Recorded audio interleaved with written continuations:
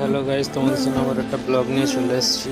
Blog number 2। এটা দেখতে পাচ্ছ এই জায়গাটাকে অনেকজনেরও চেনো, তোমাদের আশেপাশেই হতে পারে পাঁচলার ভিতরে। তারপর দেখো এখানে মুরগি আর ফার্ম আছে, দেখবে কত সুন্দর ছোটো ছোটো মুরগি, বড় মুরগি আছে। দেখো এখানে আমার দুটো গরু দেখা যাবে, একটা সাদা একটা কালো, দুজনে কত সুন্দর মানাচ্ছে দুজনকে। দেখো যারা যে চ্যানেলটা এখন আমার ফলো করো না, অবশ্যই ফলো করে নাও। অক্ষিদীপ ব্লগার 304। তারপর তোমাদের আশেপাশ থেকে আমি যাই, তোমাদের আশেপাশেরই ছেলে আমি, অবশ্যই ফলো করে নাও। বিশেষ করে এই জায়গাটা দেখো, অনেকজনের এই জায়গাটা চেনো, নামও জানা, অবশ্যই কমেন্ট করে আমাকে জানিয়ে। জায়গাটাকে অনেক ফেমাস পাঁচলার মধ্যে, আবার অনেকজনই জানে জায়গাটাকে, ছোটো বড় অনেকেই জানে।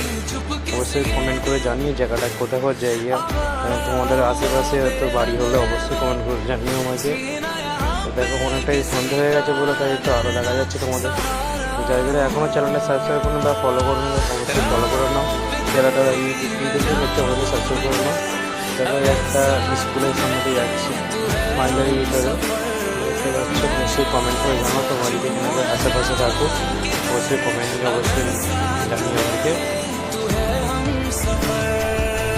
দেখুন এখন পাঁচলাতে বিজেপি সরকার, ওয়েস্ট বেঙ্গলতে পূর্বতেই দেখো সব জায়গায় দেখো কারা ঝান্ডা জ্বল রা হ্যায় বিজেপি কা।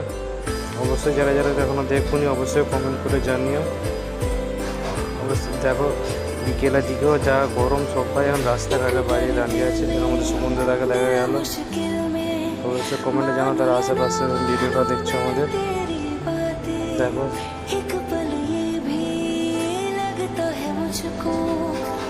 তা আজকে ভিডিও বেশি বড় করবো না, ছোটো করে সমাপ্ত করে দেবো, এখানে শেষ করার চেষ্টা করছি।